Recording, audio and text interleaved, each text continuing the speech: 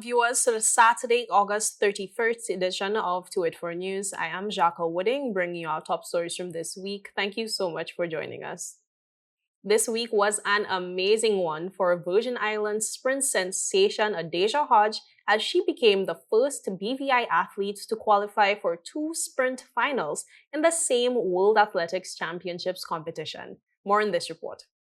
ADAEJAH, competing at the World Athletics Under-20 Championships in Lima, Peru on Thursday, booked her spot in Friday's finals of the women's 200-meter after cruising to victory in Heat 3 of the semi-finals. She ran an impressive time of 23.18 seconds, earning the second fastest qualifying time for the final, trailing only Australia's Tori Lewis, who clocked in at 23.14 seconds. By making it to the finals, she became the first BVI athlete to qualify for 2 sprint finals in the same World Athletics Championships competition, after first making the 100-meter final on Wednesday, where she attained the historic silver medal. Competing from lane 8, Hodge delivered her best performance of the competition, clocking an impressive 11.27 seconds. That 100-meter race was won by Jamaica's Alana Reid, who took gold with a time of 11.17 seconds. Barbados' Kishonna Niles claimed the bronze medal, finishing in 11.37 seconds. Hodges' journey to the final included a second-place finish in her semi-final heat and a win in her preliminary round, showcasing her consistency and determination throughout the event. Reporting for To It For News, I am Kamal Haynes.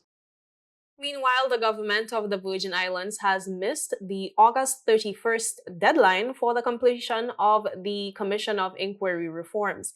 Governor Daniel Pruce confirmed the missed deadline during a joint press conference on Friday, August 30th, noting that while significant progress has been made, the reforms are not yet fully completed. Premier Dr. the Honorable Natalia Weasley reported that 45 of the 48 recommendations have been completed, leaving 3 crucial recommendations still pending. Despite the delay, Governor Pruce urged the Wheatley-led administration to maintain momentum and ensure that the remaining reforms are swiftly finalized. But standing before you here today, it's clear that we will not meet that deadline of the end of August. Flowing from that, my second point is that I believe it's absolutely critical that every branch of government continues to make a concerted effort to complete the remaining COI recommendations. This was a promise, this was a set of commitments that we made to the people of the British Virgin Islands. And I think we should ensure, through sustaining that effort, that we are in the best possible position when the Premier and myself present our progress to Minister Doughty on the 11th of September. So now's not the time to slow down. We must keep going, and we must aim to complete as much as we can to the standard required by the COI. The governor emphasized the importance of not just completing the reforms, but also implementing them effectively to ensure lasting improvements in governance. Firstly, we need a genuinely effective and coherent framework to ensure the integrity of ministers, members of the House, of public officials, and members of statutory boards. Secondly, we must rigorously and consistently apply a fit-for-purpose system for the vetting of customs officers, immigration officers, police officers, and prison officers, and in so doing protect both them and the public. Thirdly, we must operate a public assistance system that reaches those who are most in need. And fourthly, the people of the British Virgin Islands deserve the effective application of an immigration system that is fair, transparent, and efficient, balancing BVI's labour needs with long-term sustainability. Governor Pruce expressed gratitude to the public servants who have been instrumental in advancing the COI reforms, acknowledging the significant achievements made since the process began in 2022. Over the past 2 years, what have we achieved? number of areas. I'll just highlight a few examples. So all audits commissioned by the COI have been received. The final 3 are now with the House of Assembly and await programming in the order of business. All reviews commissioned by the COI have been completed, including the constitutional review and the recent law enforcement review. Those recommendations will help shape the Virgin Islands for many years to come. The House has passed brand new legislation, for example, the Crown Lands Management Act, which I've now assented to. The House has amended others, including the Integrity and Public Life Act, the Register of Interests Act, the Immigration and Passport Act. And a new discretionary powers policy has been agreed, which seeks to improve transparency and fairness when ministerial discretion is exercised. However, he also highlighted that work remains, stressing the importance of seeing the process through to conclusion. Statutory boards is a key priority area. We've had a number of reviews. We have a new policy. We discussed this in Cabinet, and legislation is now coming into the House. We've been working intensively to put in place a vetting procedure for all law enforcement officers.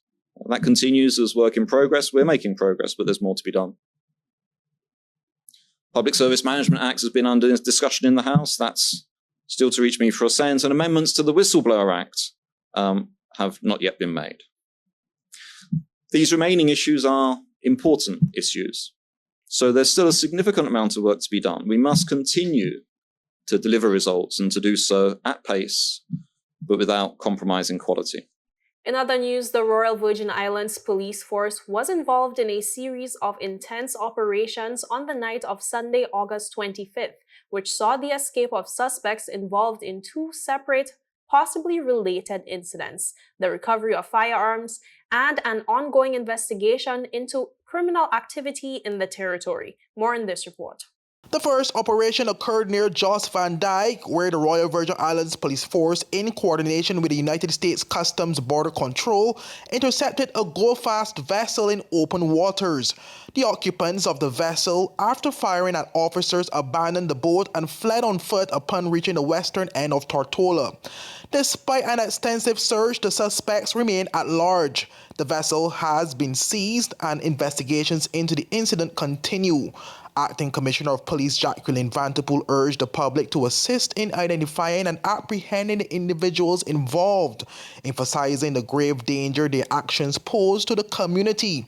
She said, and I quote, "The reckless actions of these criminals endanger not just our officers, but the entire community. We cannot allow our waters to become a haven for illegal activity," end quote. In a related incident on the same night, the Royal Virgin Islands Police Force officers engaged in a high-speed chase with 2 vehicles suspected of acting as lookouts in the Hawk's Nest area of Tortola.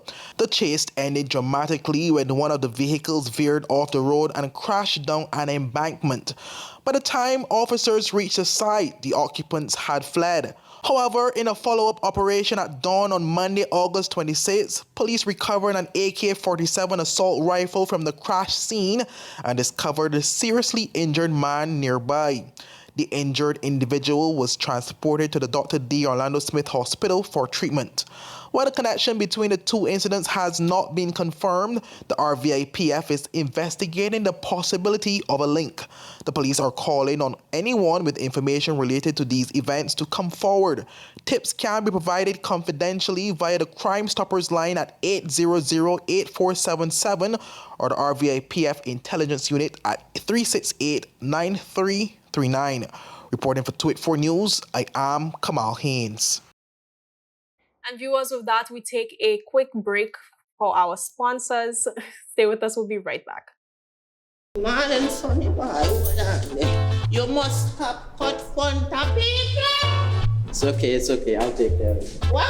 No man, forget you. How may I assist you? Yes. You want top of power? You want top of power? Top of power.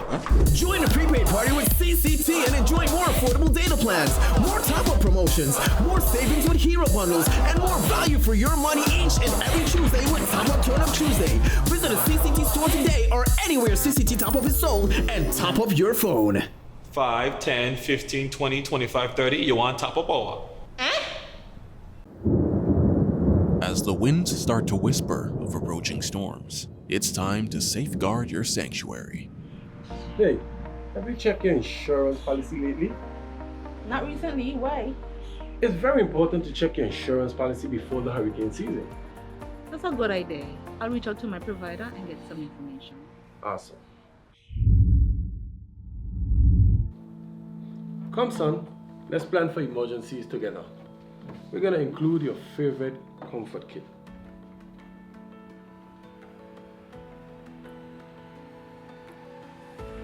Thanks, Dad. That makes me feel safer. We're packing extra medications and extra batteries for your hearing aid. And by the way, don't forget my glasses. Okay, Pops. Alright, let me see.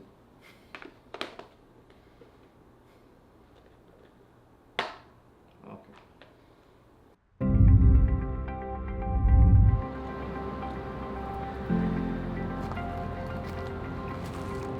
What's going on, dog? What you saying? You good?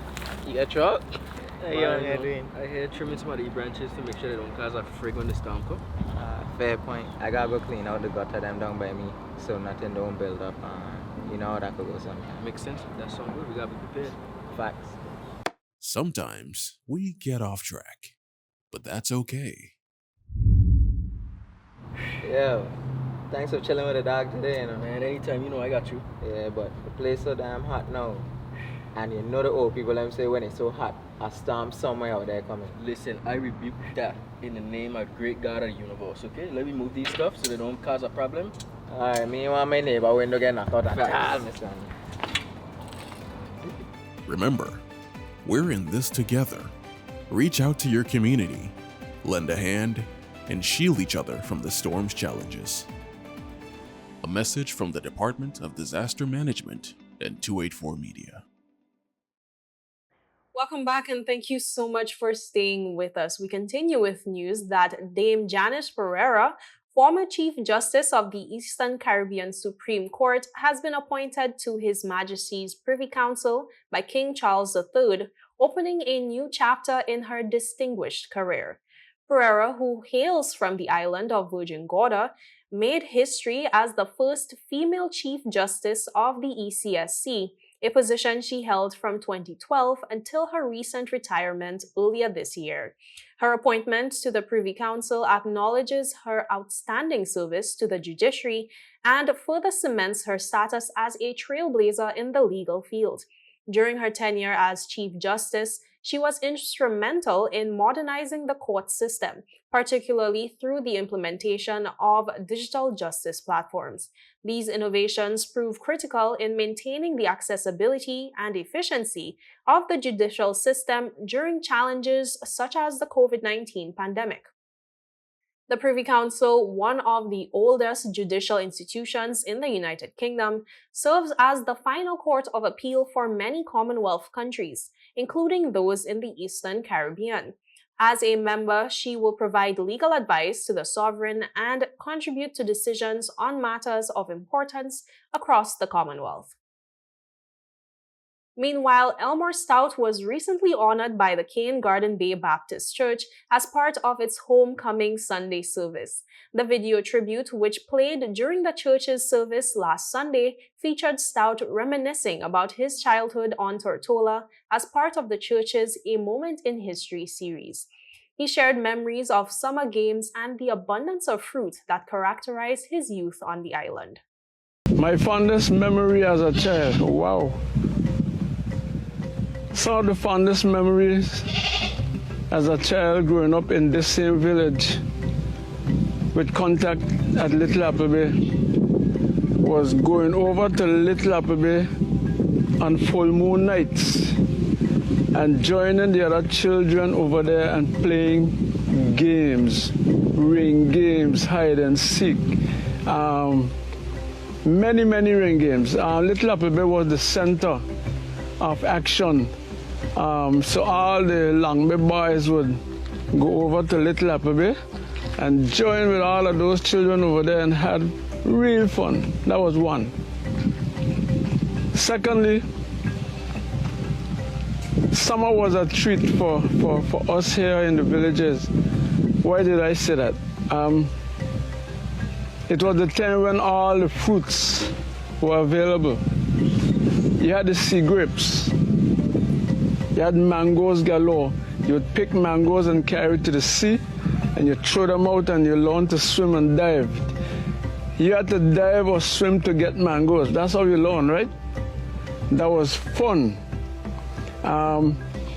Avocado pears was so plentiful you didn't know which pear to pick. Ripe bananas, you don't know which bunch to attack. Ripen on the trees. Stout also recalled traditional practices, including the construction and use of a bateau, a type of small boat used for fishing. You know what we call a bateau? Hi, you know the century plant? No. You know the carrota? Definitely not. I wish I had an example to show you. The century plant, recently people started getting the century plant pole to decorate for Christmas. You know what it is now? I think so. They would spray it. It has a hard trunk when it's dried, and a few things come off this way, and you decorate it and stuff. And in modern times, it's a piece of art in itself. When it's dry and you spray it and you fill the century plant, you take off all those branches and you put many poles together looking like how your fingers are, and you run a stick right through to bind them. You could have 2 levels, put another level on top, and that becomes like a boat or a raft or a bateau. And what do? You go fishing on that, right? Once I was on a bateau, 4 of us were on a bateau.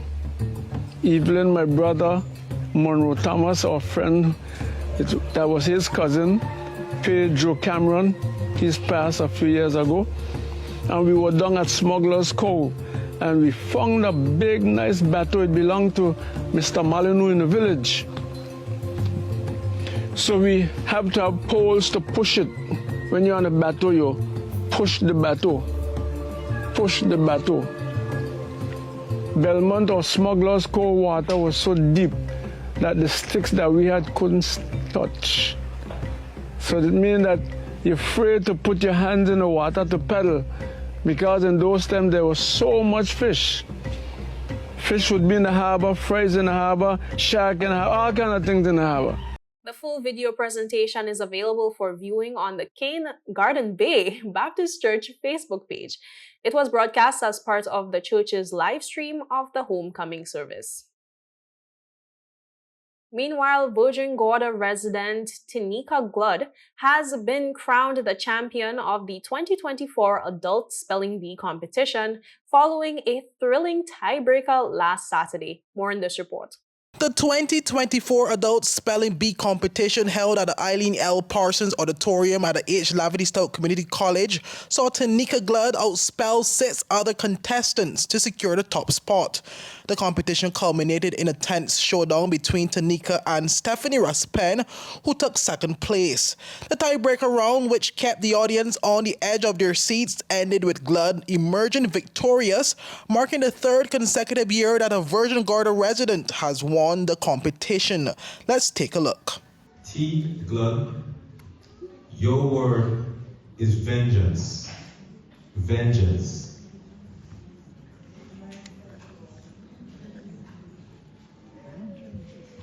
Vengeance. V-E-N-G-E-A-N-C-E. Vengeance. That is correct. S. Raspen, your word is syllogism. Syllogism.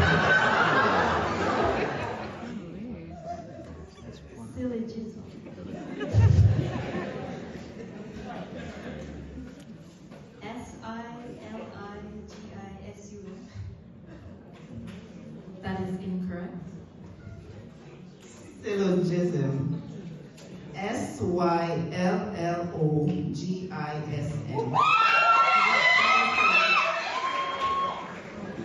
T. GLUDD. Your word is ventriloquist. Ventriloquist. Ventriloquist.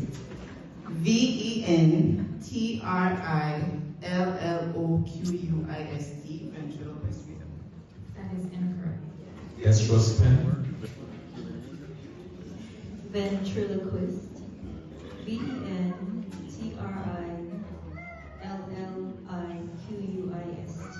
Ventriloquist. That is incorrect. The correct spelling is VENTRILLOQUIST. As part of the event's charitable tradition, TANIEKA was given the opportunity to randomly select a school to receive a $2,500 donation.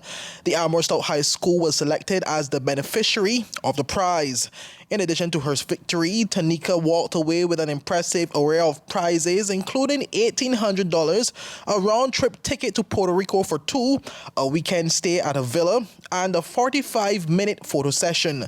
Second place winner Russ Penn received $1,000, a half-day sale, a 50-inch television, and a spa gift certificate, while third place contestant Kelberlin George took home $500, a zipline tour for 4, a round-trip ticket to Anegada from VYBZ, and a pedicure. Reporting for 284 News, I am Kamal Haynes. And viewers, with that, we take a quick word from our sponsors. Stay with us, we'll be right back. The wait is over! CCT Fire is here! Experience ultra-fast downloads, seamless streaming, and even more reliable connectivity on an all-new fire-blazing super-fast CCT Fiber network. CCT Fire, bring it home and upgrade today. As the winds start to whisper of approaching storms, it's time to safeguard your sanctuary. Hey, have you checked your insurance policy lately? Not recently. Why? It's very important to check your insurance policy before the hurricane season. That's a good idea. I'll reach out to my provider and get some information. Awesome. Come, son, let's plan for emergencies together. We're gonna include your favorite comfort kit.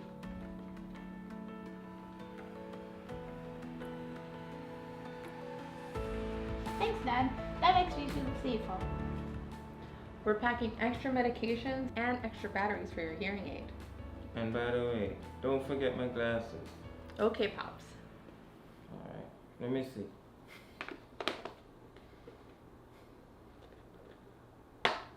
Okay.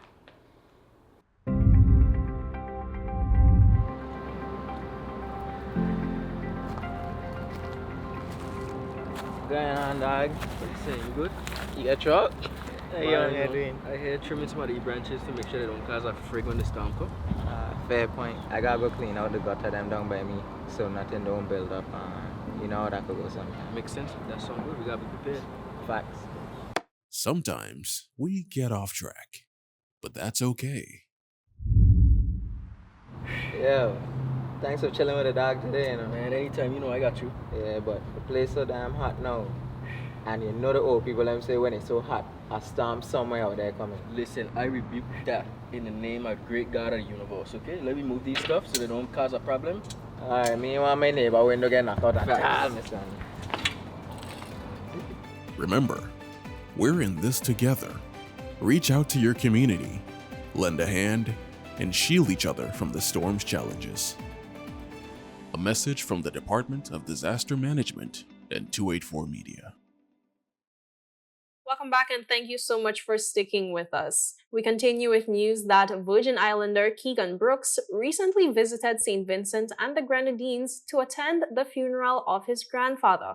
While there, he met with Jamaican dancehall icon VYBZ KARTEL and the Prime Minister of St. Vincent and the Grenadines, Honorable Ralph Gonsalves. Take a look. This is VYBZ KARTEL and KEGAN with a message for the youths in Cartola.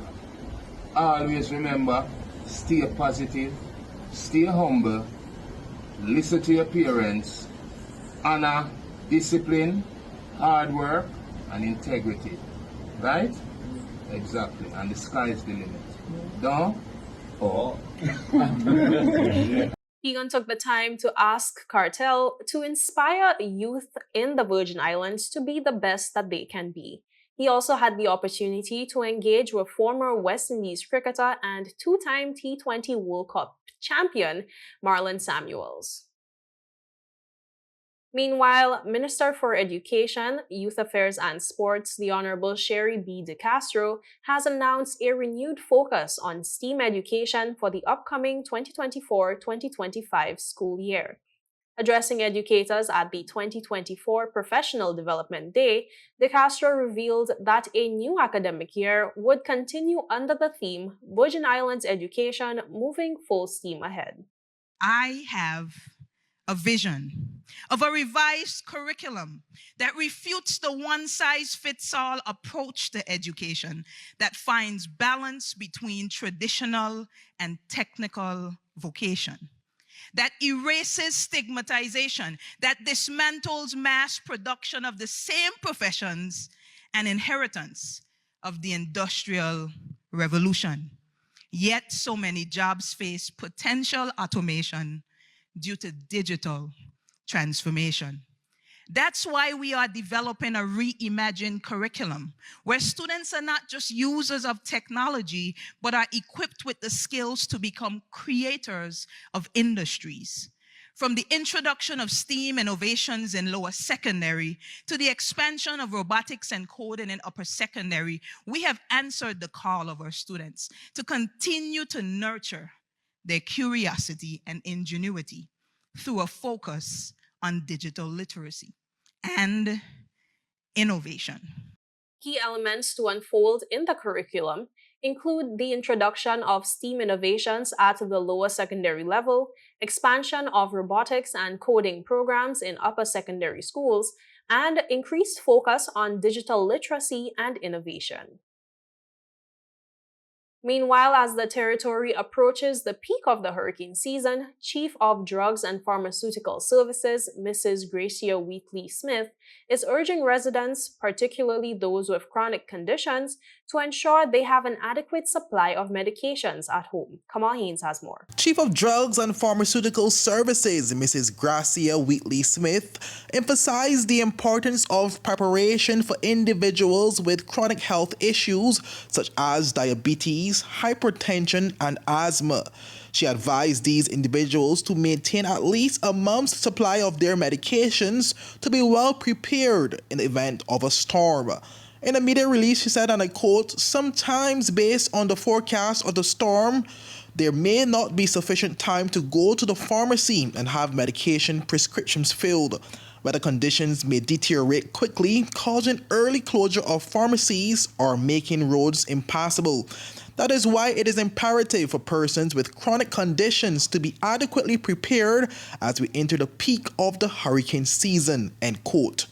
In addition to advising those with chronic illnesses, Mrs. Wheatley-Smith also called on parents to ensure they have medications for pain and fever on hand for their children. She noted that in severe weather, accessing medical care might not be feasible, making it crucial to have necessary medications readily available. The Chief of Drugs further reminded residents to store their medications properly to maintain their effectiveness. She also urged that medications be kept out of reach of children and pets to prevent accidental ingestion. Reporting for 284 News, I am Kamal Haynes. And viewers, that's it for today's news roundup. Be sure to follow us for daily news updates at 284media.com. Like us on Facebook at 284media and 284BVI on Instagram, X, formerly Twitter, and Threads. And be sure also to join our WhatsApp channel. The link for it is on your screen. I'm Jaco Wooding, and I'm wishing you a safe and enjoyable weekend. And be sure to get ready for the hurricane season. We are in the middle of it and approaching its peak this September. You do not want to be caught off guard. Have a good weekend. Stay safe. Goodbye.